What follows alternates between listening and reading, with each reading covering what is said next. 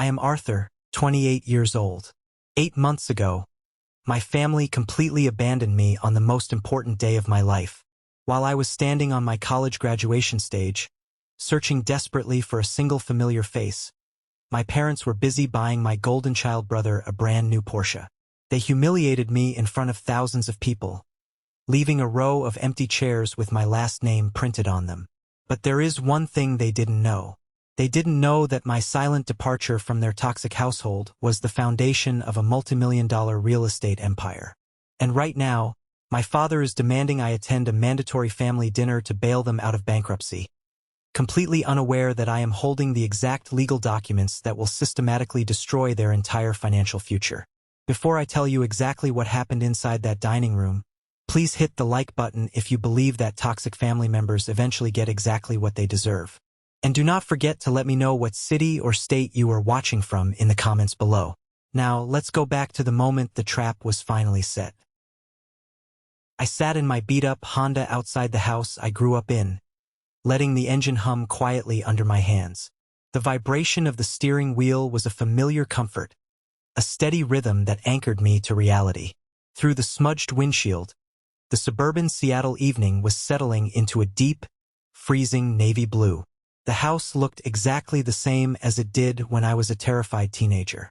It had the perfect manicured lawn, the aggressively trimmed hedges, and that warm amber glow spilling from the expensive dining room windows. It was the kind of neighborhood where people cared more about HOA meetings and property values than they did about their own children. It was a picture-perfect American family home on the outside. But I knew the truth. Homes are just boxes with nice vinyl siding, and the people inside this particular box had taught me long ago that family is nothing more than a biological accident. My phone screen suddenly lit up, casting a harsh, blinding white glare against the dark ceiling of my car cabin. The notification was a text message from my father. It was the exact same message that had violently dragged me out to this neighborhood tonight. I stared at the words glowing on the glass. Family dinner 6 p.m. important discussion. There was no warmth. No, hello, Arthur. No, how have you been for the last 8 long months? No apologies for the past. It was a sterile corporate summons. It was a command from a man who treated his children like depreciating assets. And the absolute only reason he was texting me now, after nearly a year of absolute dead silence, was because my name had just been printed in massive bold letters right across the front page of the city's largest real estate journal. I slowly turned my head and looked at the passenger seat. Sitting there, illuminated by the faint orange glow of a distant street lamp, was a black, heavily worn leather portfolio. The stitching on the bottom left corner was jagged, thick, and crooked. It was a crude, desperate repair job done by my own freezing hands years ago in an apartment with no heat.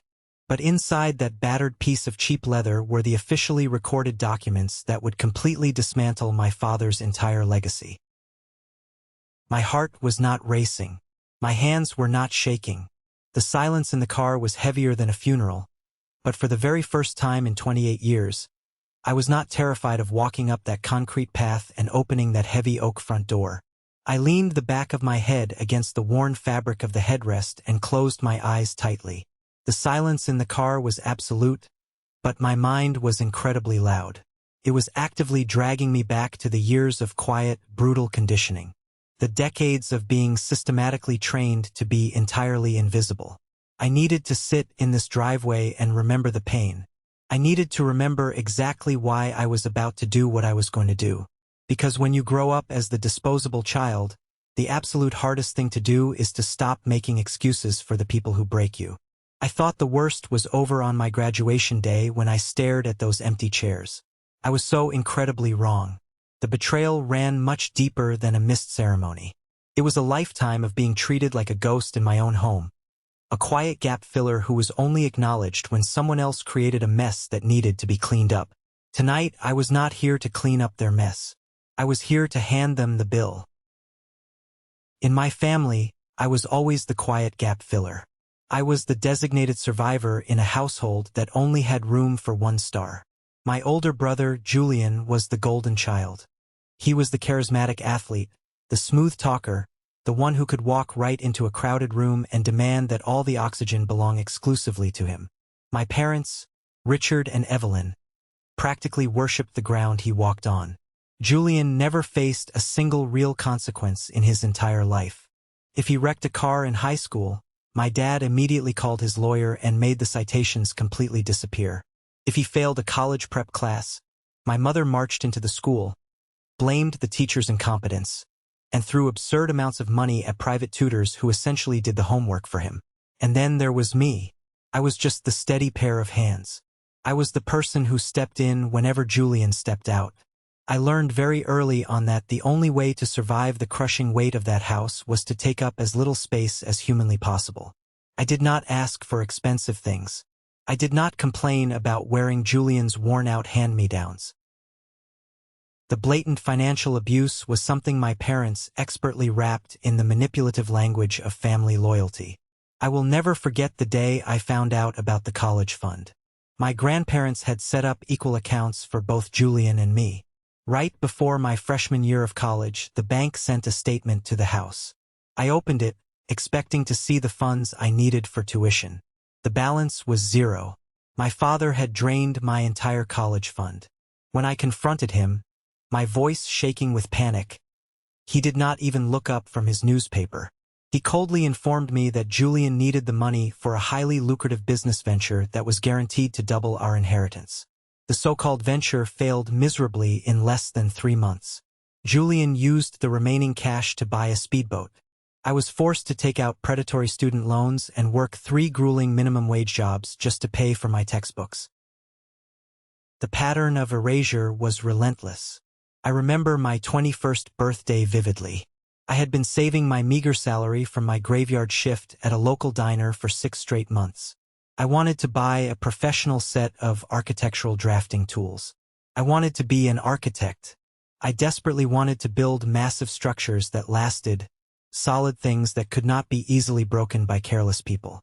I finally had the cash neatly stacked in a white envelope sitting on my bedroom desk. Before I could even put my shoes on to leave the house and go to the art supply store, my father walked directly into my room. He did not knock. He saw the envelope, picked it up without asking, and began thumbing through the crisp bills.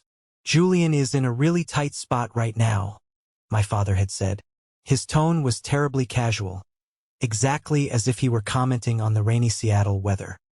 "He is facing a nasty lawsuit from a minor traffic collision he caused. I need to borrow this cash to pay the retainer for his lawyer. You are responsible, Arthur. You can figure it out.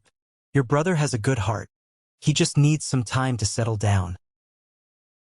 He pocketed the money. My money. The money I had literally traded my sleep and my youth to earn.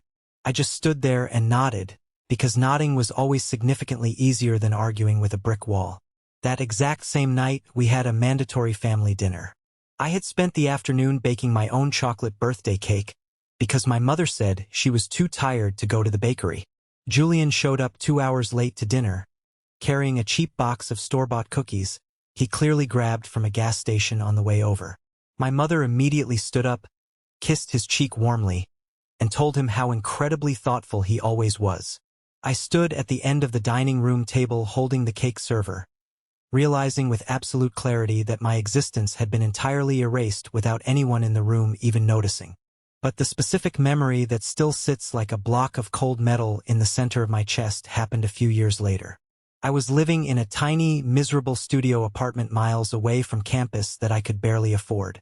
It was the dead of winter, and the heating unit had completely broken down. I was wrapped tightly in 2 heavy winter jackets, leaning aggressively over a chipped wooden desk, desperately trying to revise a complex floor plan for a duplex I was hoping to renovate. Past due utility bills were spread out across the table like a bad hand of cards, and rent reminders were constantly blinking on my cracked phone screen. The isolation was crushing. I broke my own rule and called my dad. I did not want to ask for money. I swear I did not. I just wanted some basic fatherly advice. I just wanted to hear my father tell me I was going to be okay. When he finally answered the phone, he sounded deeply annoyed. I quietly told him about my massive struggles with the real estate design course. I told him I was feeling overwhelmed and scared about the future. He sighed heavily into the receiver, a sound dripping with absolute disappointment. Real estate is an aggressive game for men who understand numbers and leverage, Arthur, he said coldly. You do not have the stomach for it. You should try to find something significantly safer. Go get a quiet desk job with a basic salary somewhere. And then, without waiting for my response, he hung up the phone. I sat alone in the freezing dark. The quiet hum of the refrigerator was the only sound in the room. I looked down at my cheap black leather portfolio, the one holding all my intricate architectural designs. The side stitching had just torn wide open, the cheap synthetic thread finally giving way under the pressure of holding too many oversized blueprints. I did not cry. Crying was a useless luxury I simply could not afford. Instead, I dug through a drawer and found a heavy needle and some thick industrial thread. I sat directly under the weak, flickering yellow light of my desk lamp and viciously sewed that portfolio shut by hand. Every single time I pushed the sharp needle through the tough, unyielding fabric, my frozen hands shook violently. But with every single stitch, I was sealing away my pathetic need for their approval. That ugly, crooked portfolio became my personal armor. It became the only thing that stayed with me through every single brutal project afterward. And then came the ultimate breaking point. Graduation day. I was graduating at the very top of my architecture and development class. I had proudly mailed them the premium reserve tickets 3 months in advance. I had confirmed the start time multiple times. When my name finally echoed loudly through the massive stadium, the applause rose around me like a massive wave. I walked slowly across the grand stage, my heart hammering violently against my ribs. I turned my head toward the VIP family section.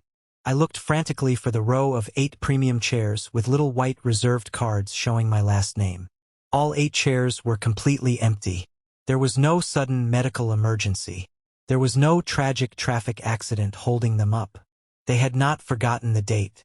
They had simply chosen not to come. I found out exactly why later that afternoon. I was sitting entirely alone in my cramped apartment, eating a cold turkey sandwich while still wearing my graduation gown, when I mindlessly opened social media. Julian had posted a new photo. It was a picture of him casually leaning against the hood of a brand new, gleaming silver Porsche. My parents were standing right next to him, beaming with an overwhelming pride I had never once seen directed at me. The arrogant caption read, "Early promotion gift. Thanks Mom and Dad for always believing in me." They skipped my graduation ceremony to go to a luxury car dealership and buy a high-end sports car for the son who had never actually finished a single thing he started in his entire life. That was the exact day the last fraying string connecting me to that family violently snapped. I understood exactly where I stood.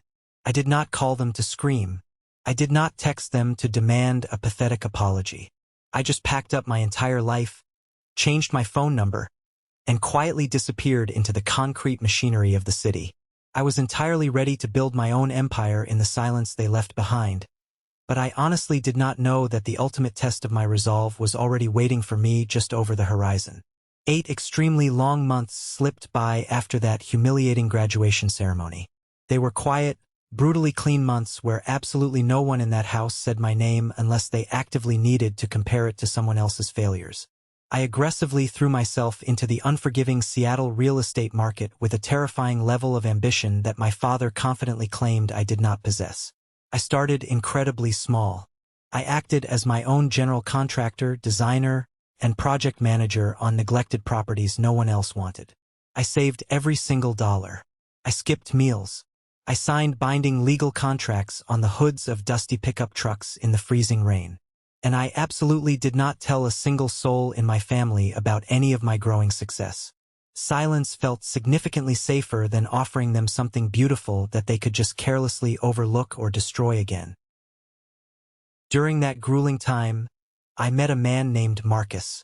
Marcus was a veteran commercial real estate developer, a tough, deeply cynical guy in his late 60s who saw exactly how I looked at broken buildings.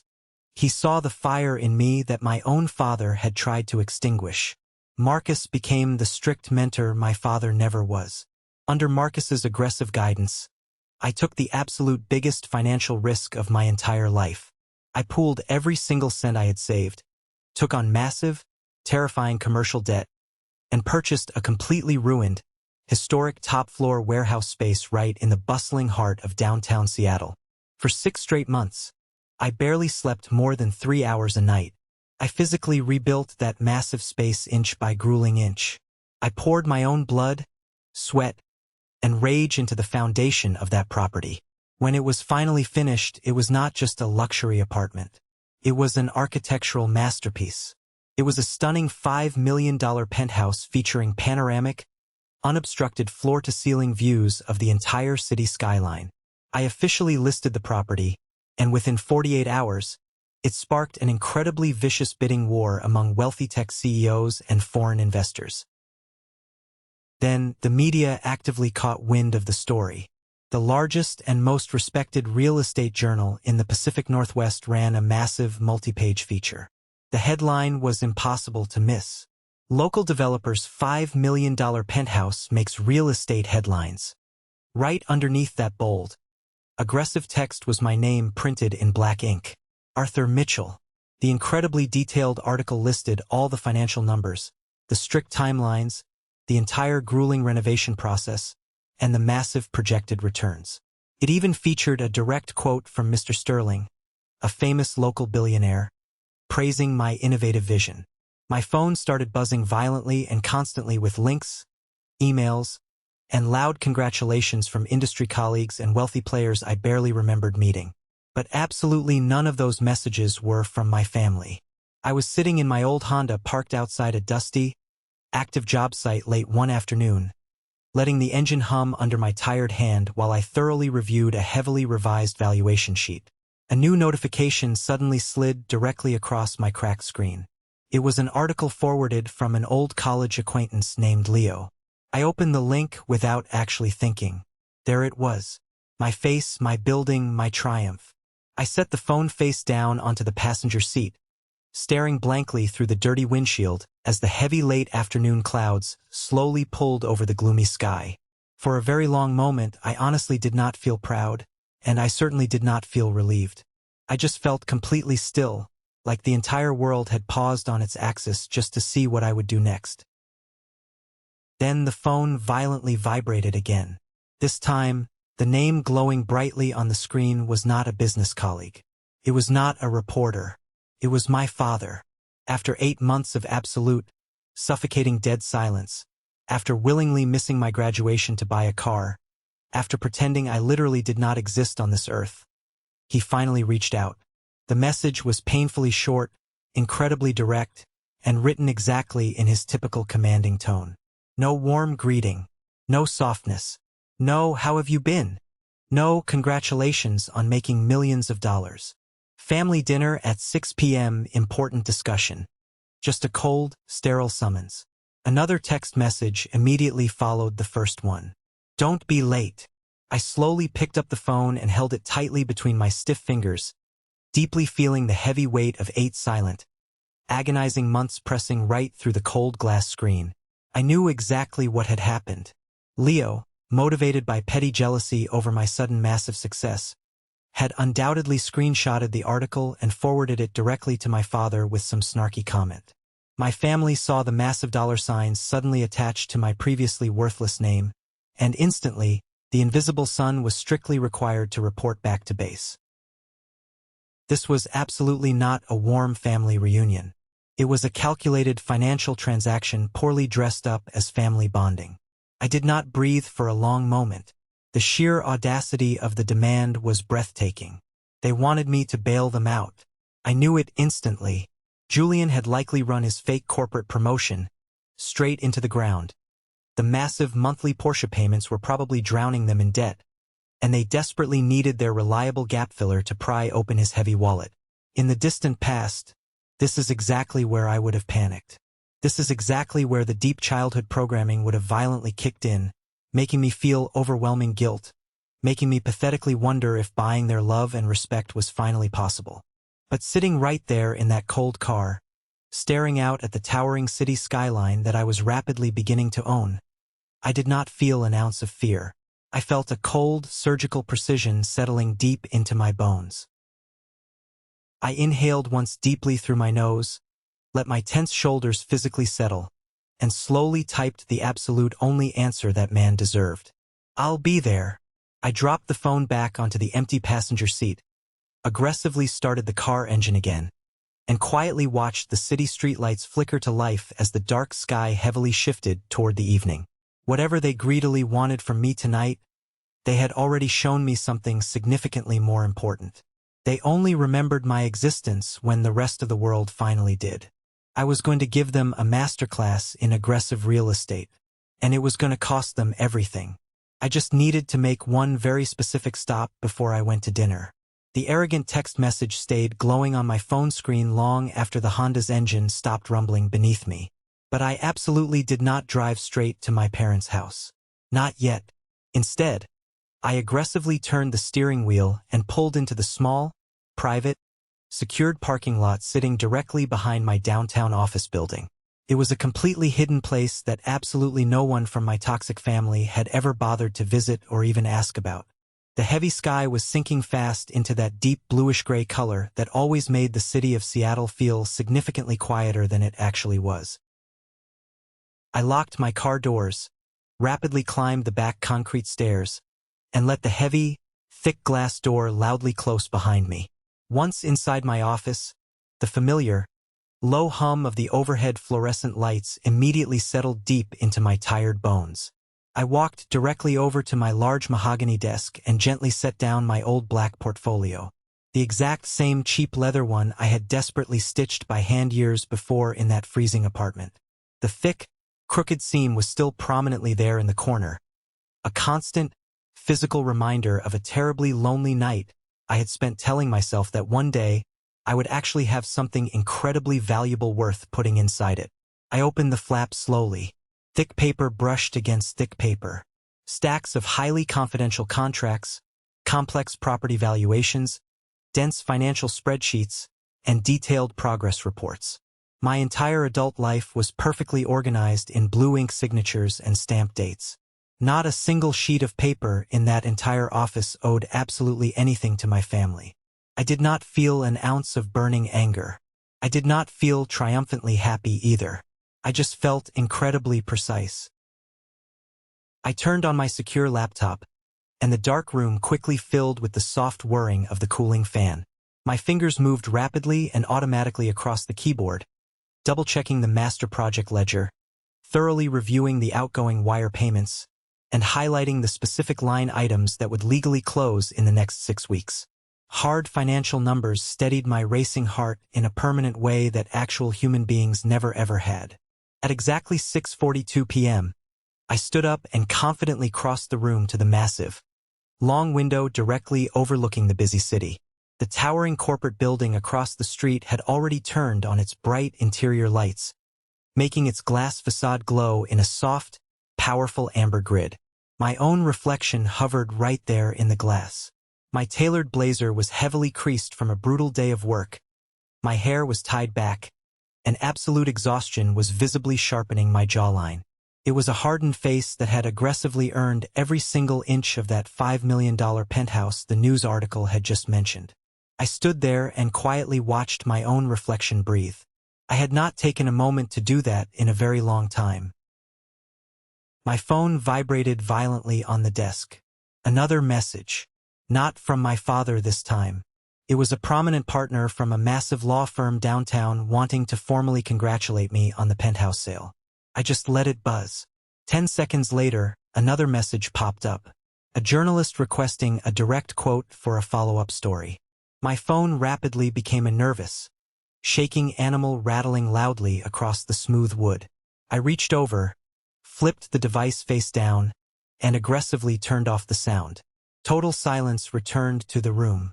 This pure silence was what actually mattered, not their desperate, greedy noise. My grand plan was already deep in motion. I sat back down in my leather chair and slowly pulled out the massive, heavy acquisition file I had just officially finalized with my broker that very morning. It was the master file for the massive commercial plaza that had taken 4 grueling months of secret, intense negotiations, dozens of disguised site visits, and far too many late-night conference calls with aggressive city inspectors. It was, without any question, the most financially important purchase I had ever legally made in my life. It also certainly was not lost on me that this specific commercial plaza was the absolute key piece of almost every single major development plan in that entire city district.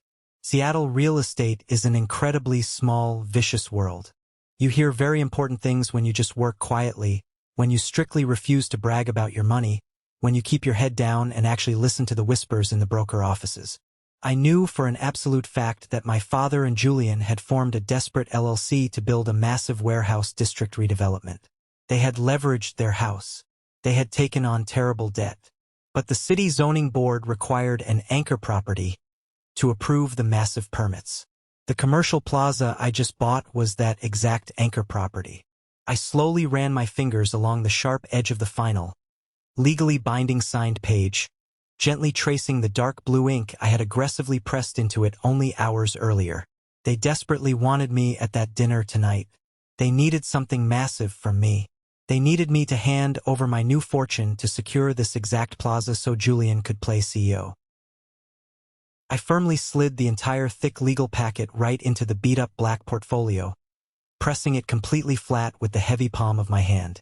The physical action felt exactly like slamming a heavy steel door shut on a prison cell.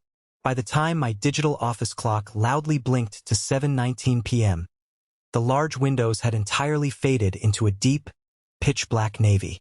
I confidently reached for my expensive winter coat, then immediately stopped. The coat felt entirely unnecessary tonight, too soft, too personal. I left it hanging on the chair and walked right out of the office with absolutely nothing but the battered portfolio gripped tightly in my hand. Outside, my old faded Honda was quietly waiting, its heavily chipped paint catching what very little street light it possibly could. I unlocked the squeaky door, carefully placed the loaded portfolio in the passenger seat, and slid aggressively behind the wheel. As I rapidly pulled onto the busy freeway, the massive city spread out directly ahead of me like a glowing map I had already perfectly memorized. I intentionally drove past the giant buildings I had personally renovated, past the exact street corners where I had once stood shivering, desperately waiting for public buses because my family strictly refused to ever pick me up. I drove past the long bridge where I had exhaustedly walked home more times than I ever wanted to remember. Every single landmark outside my window felt like a vicious tally mark. Here is exactly where they were not, and here is exactly where I forcefully learned how to survive without them. The portfolio lay completely still beside me in the dark. I reached over and gently brushed my fingers against the thick, crooked stitched seam. I absolutely did not rehearse what I would say at this dinner. Words had never actually worked with these people. They always violently talked over my apologies, talked aggressively past my logical explanations, and talked right through every single emotional boundary I had ever desperately tried to draw. So, I stopped trying to use words. This time, I absolutely would not bring my anger. I would not bring my tears or my explanations. I was bringing undeniable, legally binding proof. When I finally reached the sharp turn toward my parents' wealthy, gated neighborhood, I slowly eased off the gas pedal and slowed the car. The massive, identical houses lined the pristine street like quiet, incredibly well-behaved witnesses. Expensive porch lights loudly clicked on as the last bit of sun disappeared completely behind the steep hill. I aggressively pulled my car right into their spotless driveway. My father would certainly appreciate the strict punctuality. The massive house glowed in that incredibly familiar, heavy gold light. Through the expensive dining room window, I could clearly see their dark silhouettes rapidly moving around. Julian gesturing wildly, my dad pacing nervously. None of them had absolutely any idea what kind of financial nuclear bomb was currently sitting in the passenger seat of my old Honda. I opened the car door, stepped out into the freezing night, and aggressively adjusted the stiff collar of my blazer. One very slow breath in, one incredibly steady breath out. They demanded an important discussion tonight. Fine. I had something extremely important to discuss, too. The heavy oak front door swung open on its perfectly oiled hinges before my knuckles could even make contact with the polished brass knocker. My father stood there, perfectly filling the massive doorframe like a security guard blocking the entrance to a corporate bank vault. His broad shoulders were squared, his posture flawlessly rigid, and he was wearing a crisp, perfectly ironed blue button-down shirt tucked neatly into expensive slacks. He looked exactly like a powerful, wealthy man greeting an exceptionally important corporate client, rather than a son he had aggressively ignored, neglected, and emotionally abused for nearly a year. The tense, suffocating atmosphere bleeding out from the bright hallway felt significantly heavier than the air at a closed-casket funeral, but he expertly masked it with a completely terrifying, highly practiced smile. "Arthur, you are right on time," he said, taking one measured step aside to officially allow me to enter his domain. There was absolutely no hug. There was no warm handshake. There was no fatherly pat on the back. There was only his blatant, calculated approval for my strict punctuality. In his rigid, money-driven world, time was always money, and he expected absolutely everyone around him to operate strictly on his exact clock or face severe consequences. I stepped carefully over the polished marble threshold, my heavily worn black leather portfolio gripped tightly in my right hand. The massive suburban house smelled exactly the same as it did when I was a terrified teenager desperately trying to become completely invisible to avoid their wrath. It was that overwhelming, distinct mixture of expensive lemon furniture polish, the rich, savory scent of a roasting beef tenderloin emanating from the gourmet kitchen, and my mother's suffocating, heavy floral perfume that always gave me a massive headache. I walked slowly down the long, brightly lit hallway toward the formal dining room, my heavy leather work boots making absolutely no sound on the thick, expensive Persian rug that ran the entire length of the corridor. When I finally turned the corner into the dining room, the entire cast of toxic characters was already fully assembled and eagerly waiting for their designated prey to officially arrive. The massive mahogany dining room table was meticulously set with the fine, gold-rimmed china they exclusively brought out for major holidays, or when they desperately needed to deeply impress someone with money. My mother, Evelyn, hovered nervously behind her high-backed, heavily upholstered chair. She wore a forced, incredibly fragile smile that looked like it was actively causing her severe physical pain to maintain. She was constantly wringing her hands together, the heavy diamond rings on her fingers catching the bright light of the crystal chandelier hanging directly above the table. My older brother, Julian, was sitting comfortably right next to the head of the table, claiming his usual spot as the undisputed golden child. He was leaning far back in his chair, lazily swirling a large glass of expensive dark red wine. He had the exact same arrogant, highly punchable smirk on his face, looking exactly like a man who had already won the state lottery and was just impatiently waiting to collect his massive check. Sitting quietly and uncomfortably next to him was his new wife, Sarah. They had eloped in a highly rushed, deeply chaotic Vegas ceremony a few months ago.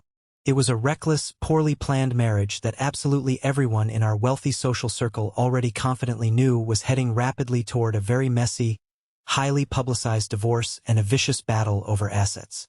And rounding out this absolute nightmare of a family gathering was my Aunt Clara, the family's ultimate silent manipulator.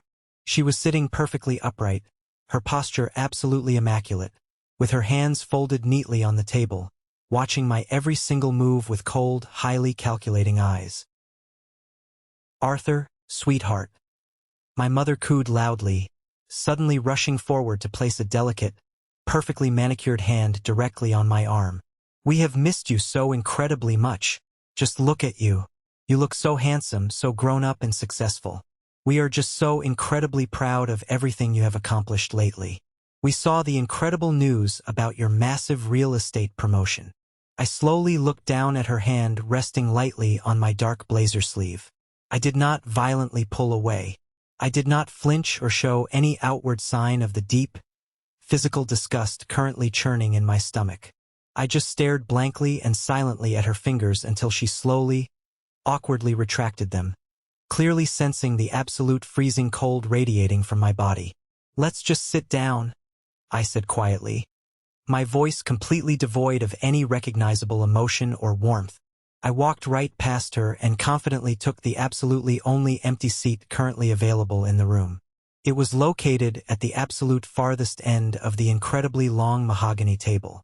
It was the exact same chair I had always been permanently relegated to during every Thanksgiving dinner, every Christmas morning, every forced family gathering. It was the designated, isolated space specifically reserved for the invisible gap filler.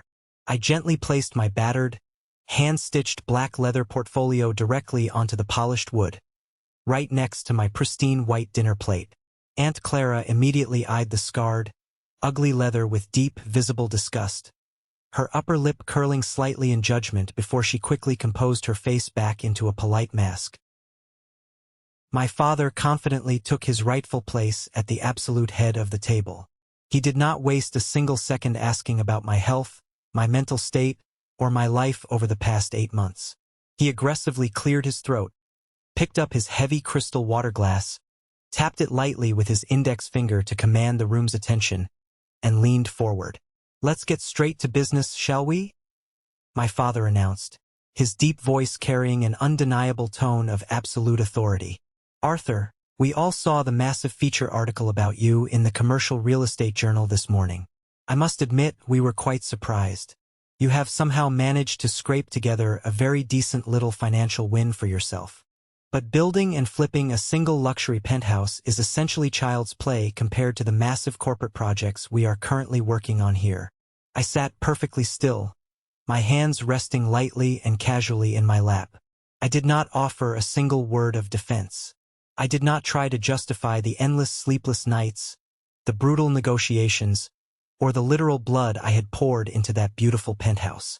I just let him keep aggressively digging his own massive financial grave. Julian scoffed loudly from across the table, taking another incredibly large gulp of his dark red wine. "Yeah, little brother, flipping a single pretty apartment is cute. It's a nice little salary bump for a beginner trying to play the game. But the big leagues are a completely different, utterly ruthless animal. You need massive vision. You need aggressive financial leverage. You need real, undeniable power to play at our current corporate level." "Exactly," my father agreed smoothly, completely ignoring Julian's blatant disrespect toward me. "Which brings us directly to exactly why we urgently asked you to join us here tonight for this dinner. Our family currently has a massive, unprecedented financial opportunity sitting right on this table. Julian and I have officially formed a highly exclusive development LLC. We are currently in the final stages of securing a massive, multi-million-dollar warehouse district redevelopment project. It is a mega project that is going to completely change the entire economic skyline of this city. We already have the brilliant architectural plans drawn up, we have the aggressive construction teams on standby, and we have the deep political connections within the city zoning board." My mother leaned forward across the table, her eyes wide and suddenly glistening with fake, highly practiced tears. "It is an incredibly rare chance for us to finally build a massive, lasting family legacy, Arthur. It is a chance to build something incredibly beautiful that your grandparents would have been so incredibly proud of before they passed away. Think of the massive inheritance we can leave for the next generation." The sheer, unadulterated manipulation was absolutely breathtaking. They were actively, shamelessly using the sacred memory of the exact same grandparents whose inheritance they had selfishly and aggressively drained years ago to successfully fund Julian's completely failed speedboat venture. I looked directly into my father's greedy, desperate eyes. "If you already have the brilliant architectural plans and the deep political connections, what exactly do you desperately need from me tonight?" My father smiled broadly. It was a cold, incredibly predatory stretching of his lips that did not reach his eyes at all. "We need immediate liquid capital to finally cross the finish line. The city zoning board is playing terrible hardball with the final construction permits. We absolutely need to legally secure the massive commercial plaza located directly in the exact center of the district. It is the absolute anchor property. If we successfully buy the plaza, the city immediately approves the zoning. If the city approves the zoning, our major corporate investors instantly wire the massive funds to our accounts. We are offering you a very rare, highly exclusive chance to come in right now as a silent financial partner. You provide the immediate funding from your recent massive penthouse sale, and we will expertly and aggressively guide the project to completion. Everyone wins. We all get incredibly rich. Julian leaned heavily across the table, his eyes narrowing greedily as he looked at me. It is a very generous offer, honestly, considering how incredibly new and inexperienced you are to the brutal world of high-stakes commercial real estate. You would actually get to sit back, invest your money securely with us, and quietly learn from our real, proven corporate experience. I sat there in the heavy silence, fully digesting the absolute audacity of their pitch. They desperately wanted my money. They wanted every single dime I had bled for, starved for, and violently fought for over the last 8 grueling months. They wanted me to completely drain my bank accounts to aggressively buy the property for them, just so they could immediately take absolute control, claim the massive capital gains, slap Julian's undeserving name in giant letters on the building, and confidently leave me sitting alone in the dark once again. They fully expected me to fall right back into line like a well-trained dog. They expected the terrified, desperate kid who just wanted his family to finally love him to open his wallet and buy their temporary affection. But that desperate, lonely kid officially died on graduation day while helplessly staring at 8 completely empty chairs. I slowly looked around the table. I analyzed Julian's smug, deeply punchable face. I noticed Sarah's deeply uncomfortable shifting in her chair. I met Aunt Clara's cold, calculating stare. I saw through my mother's fake, manipulative tears. And I stared directly into my father's greedy, wildly expectant eyes. The silence in the room stretched out, tight and incredibly heavy, exactly like a rubber band pulled right to the absolute breaking point.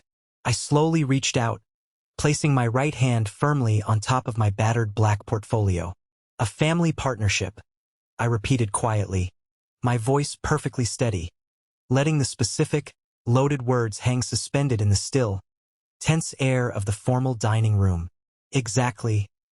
My father nodded vigorously, his eyes lighting up brightly as he mistakenly sensed what he thought was my typical pathetic hesitation. We confidently pool our vast financial resources. We aggressively protect each other from the outside world and the ruthless market. That is exactly how wealthy, powerful families successfully build generational power and unstoppable wealth.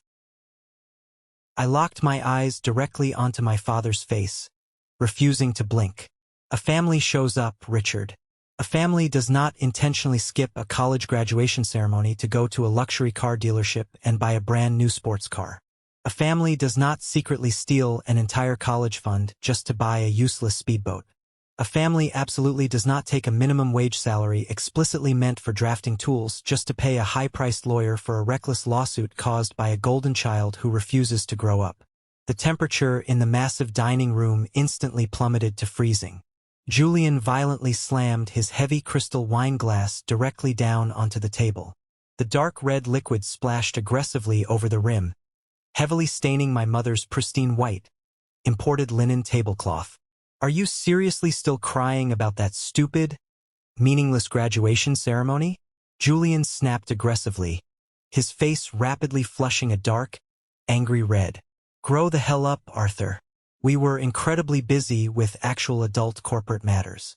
You are sitting here stubbornly holding a pathetic grudge like a literal, crying child, while we are actively offering you a multi-million-dollar corporate business deal that you absolutely do not even deserve.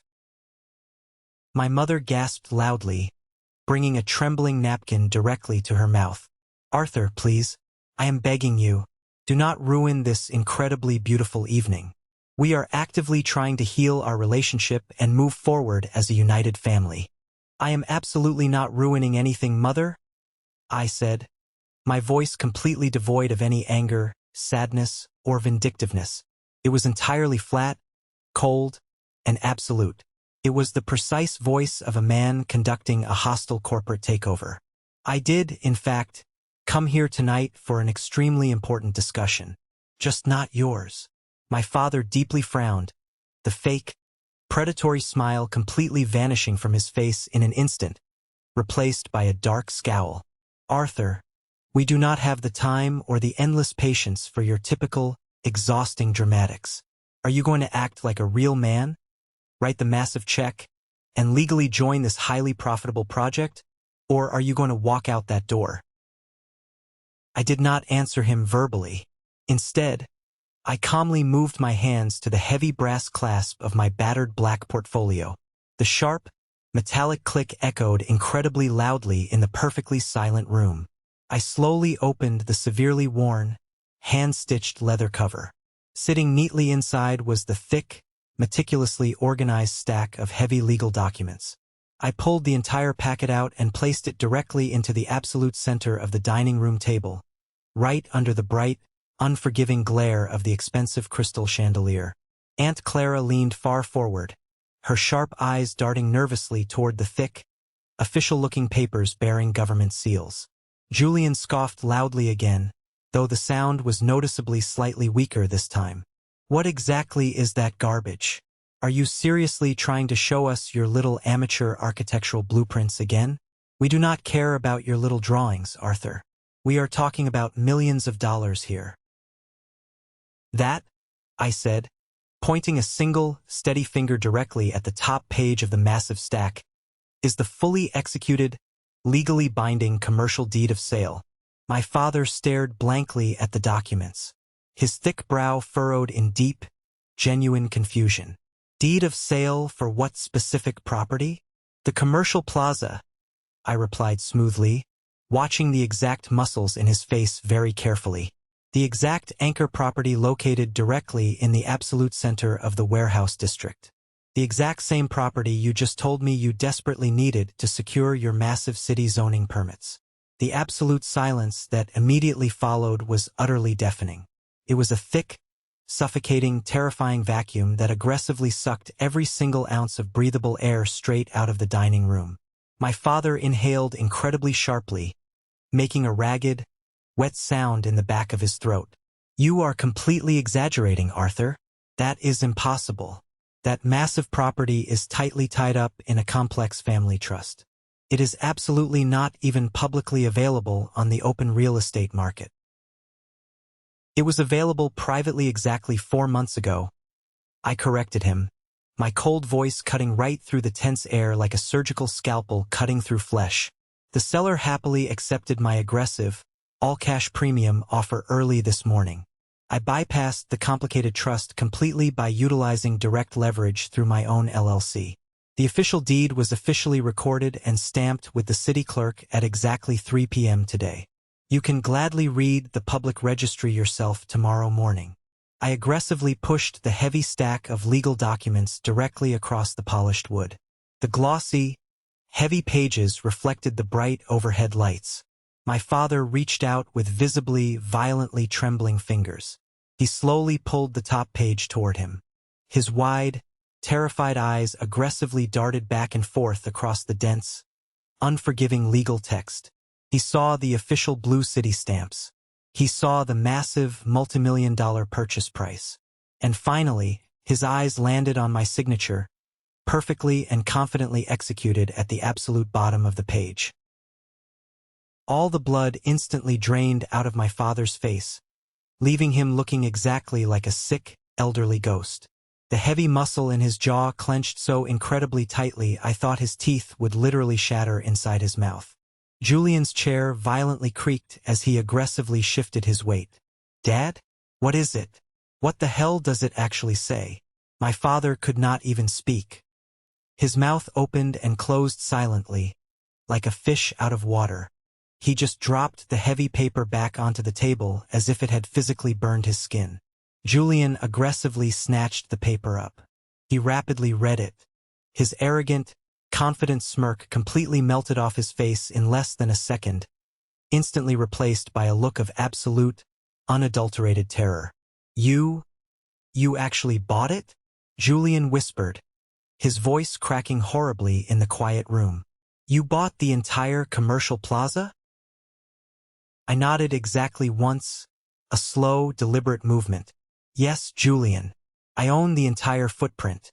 I own the buildings, the parking lots, and the dirt underneath it, which legally means your precious, highly leveraged warehouse district redevelopment project currently has absolutely zero anchor property.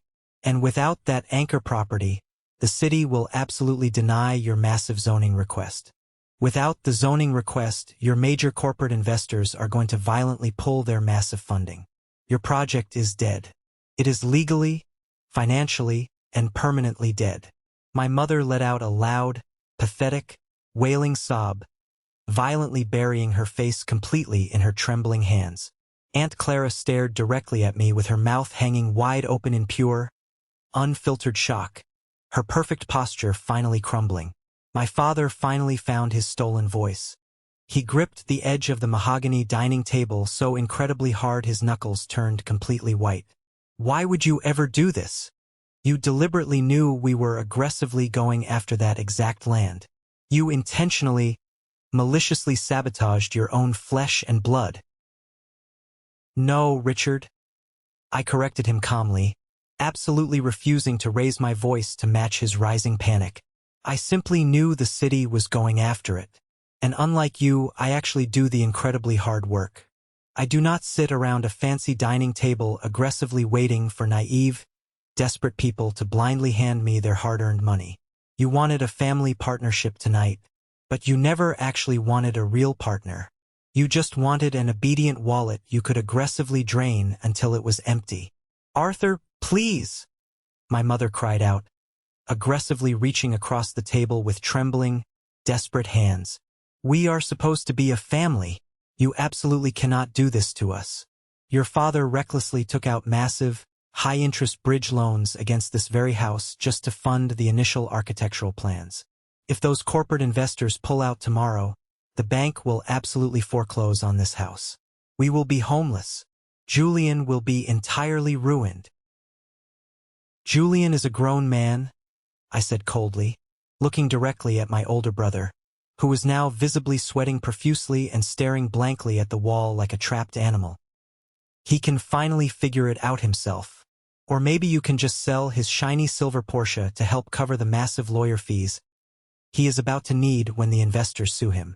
I slowly, deliberately stood up from my chair. I reached calmly across the table, gathered my perfectly executed legal documents, and slid them perfectly back into the battered black portfolio. I closed the leather flap with a soft, incredibly final click. You aggressively texted me demanding an important discussion tonight, I said, looking down at the utterly broken, terrified people sitting frozen around the table. This was it. Dinner is all yours. Enjoy the roast. But the future, that belongs strictly to me. Let's pause for a moment. Thank you for staying with me this far. You're truly amazing. Please help me by liking the video and commenting the number 1 below so I know you've been here with me until this point. This not only helps more people discover this story, but also lets me know that my experiences mean something to someone. Your support is the greatest motivation for me to keep sharing the rest of this journey. Absolutely no one followed me or even tried to stop me as I turned my back and calmly walked out of that dining room. They just sat there, completely frozen in absolute terror and entirely paralyzed by the massive, unstoppable financial disaster I had just intentionally dropped directly into their laps. The night air felt incredibly sharp and biting when I finally stepped outside onto the large front porch, but I welcomed the freezing cold. It instantly, beautifully cleared the heavy, deeply toxic scent of that house from my lungs. I confidently walked down the concrete path, unlocked the squeaky door of my old Honda, and slid into the familiar driver's seat.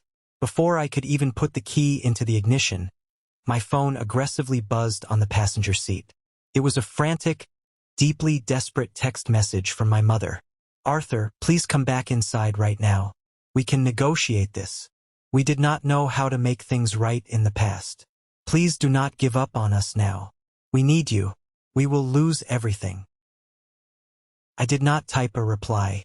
I did not angrily block the number.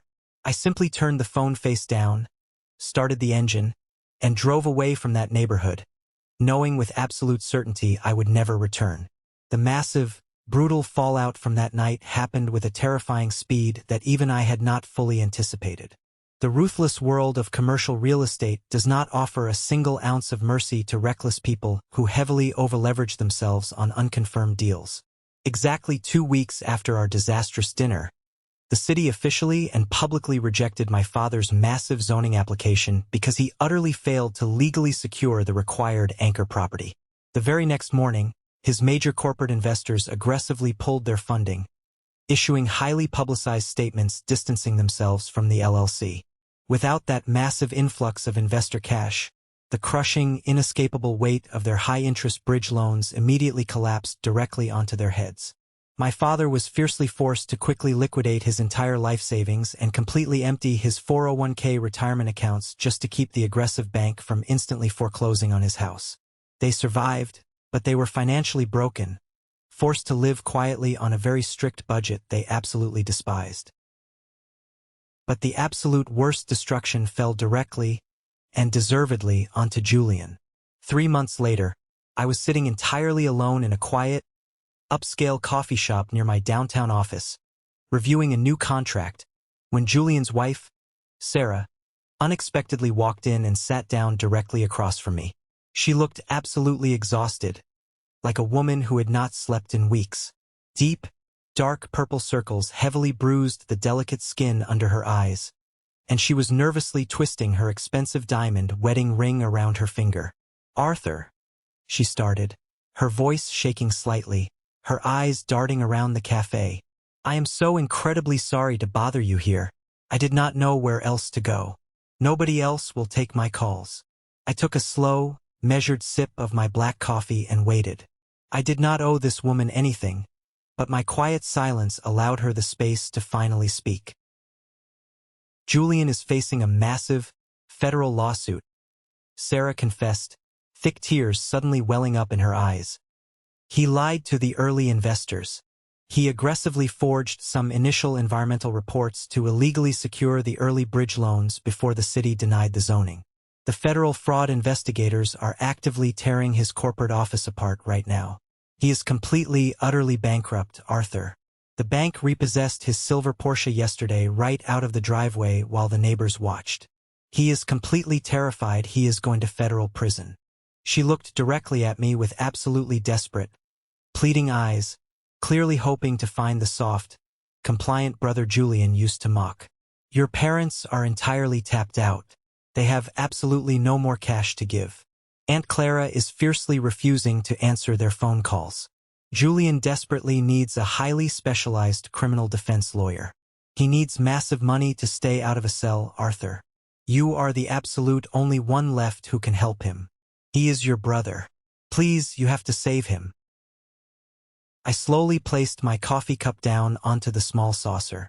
I looked intently at this poor, deeply manipulated woman who had blindly married into a family of absolute vultures, entirely unaware of the rot beneath the surface.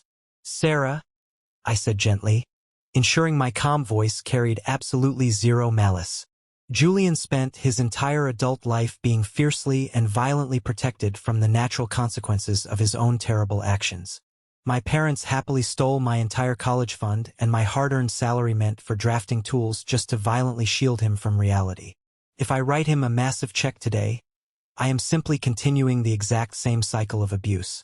I am enabling a criminal. I strongly suggest you find a very aggressive divorce lawyer and completely separate your personal finances from his before the federal investigators legally freeze your bank accounts." 2. Sarah stared at me for a very long, painful moment. She looked into my eyes and finally saw the absolute, unshakable boundary I had built. She realized there was no guilt left to exploit. She quietly nodded, wiped her tears with a napkin, stood up, and walked out of the coffee shop. I never spoke to her again, but I read in the local paper a few weeks later that she officially filed for divorce, seeking full custody of their remaining assets before the feds could seize them. Julian lost his marriage, his luxury cars, his fake corporate title, and eventually, he pleaded guilty to minor wire fraud to avoid major jail time. The golden child finally crashed headfirst into the solid brick wall of reality. Exactly 1 full year has passed since that freezing, explosive night in the dining room. Tonight, I am standing entirely alone on the massive glass balcony of my own luxury penthouse. The cold, crisp autumn wind is aggressively blowing through my hair, but I am perfectly warm. The sprawling, massive city of Seattle stretches out directly below me, An endless, breathtaking ocean of glittering white and gold lights. Down there, millions of people are living their complex lives, fighting their own brutal battles, and navigating their own painful, deeply complicated family dynamics. Sitting directly on the small glass table next to me is that exact same battered, black leather portfolio. The thick, crooked stitching I desperately sewed by hand in that freezing apartment is still holding incredibly strong. I never threw it away. I never replaced it with a sleek, expensive designer briefcase to match my new bank account. It remains my constant, physical reminder of exactly where I came from and exactly what I had to violently survive to get here. For the absolute longest time, I genuinely, deeply believed that the heavy silence my family forced upon me was a cruel, highly unfair punishment. I genuinely believed that my forced invisibility was a clear, undeniable sign that I was fundamentally broken, unlovable, and entirely worthless. I spent decades frantically trying to perform for them, trying to blindly earn a seat at a table that was specifically designed to exclude me. I thought if I just worked hard enough, if I just proved my worth, they would finally see me. But as I stand here tonight, looking out over the massive real estate empire I built entirely with my own two hands, I finally understand the ultimate truth. Their crushing silence was not a punishment at all. It was an absolute gift. Because they completely ignored me, I never learned how to comfortably rely on their deeply toxic safety nets. Because they never rescued me, I was forcefully required to become my own savior. I learned exactly how to aggressively fight in the dark. I learned how to silently build a massive foundation out of solid concrete while Julian was frantically building unstable castles out of thin paper and fragile lies. Setting a permanent, unshakable boundary against your own toxic family is incredibly painful. It goes directly against every single biological instinct we are taught from the exact moment we are born. Society constantly demands that we repeatedly forgive toxic blood relatives simply because we happen to share a similar genetic code. But boundaries are not acts of horrific cruelty.